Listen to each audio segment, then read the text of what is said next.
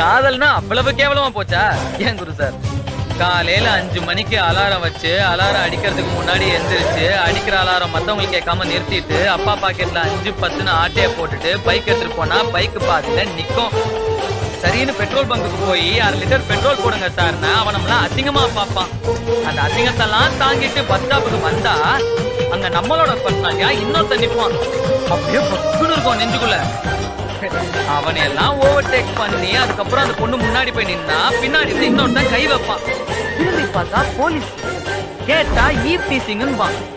அந்த கேஸ் எல்லாம் பேஸ் பண்ணி அதுக்கப்புறம் அந்த பொண்ணு பின்னாடி சுத்தினா அந்த பொண்ணு, ஒரு ராஸ்கல் நாயே, நீ எல்லாம் அக்கா தங்கச்சி கூட பிறக்கல அப்படின்னு என்ன மட்டும் இல்லாம என் குடும்பத்தையே சேர்த்து திட்டும். அதெல்லாம் கொஞ்சம் கூட காதுல வாங்காம கொஞ்சம் கொஞ்சமா அந்த பொண்ணு மனசுல உட்காந்து அவ வாயாலியா ஐ லவ் யூன்னு சொல்ல வச்சு, இனிமே நீ தான் என் உயிரு, மத்தவங்க எல்லாம் இன்னும் சொல்ல வைக்கிறதுக்குள்ள நாங்க படுற பாடு.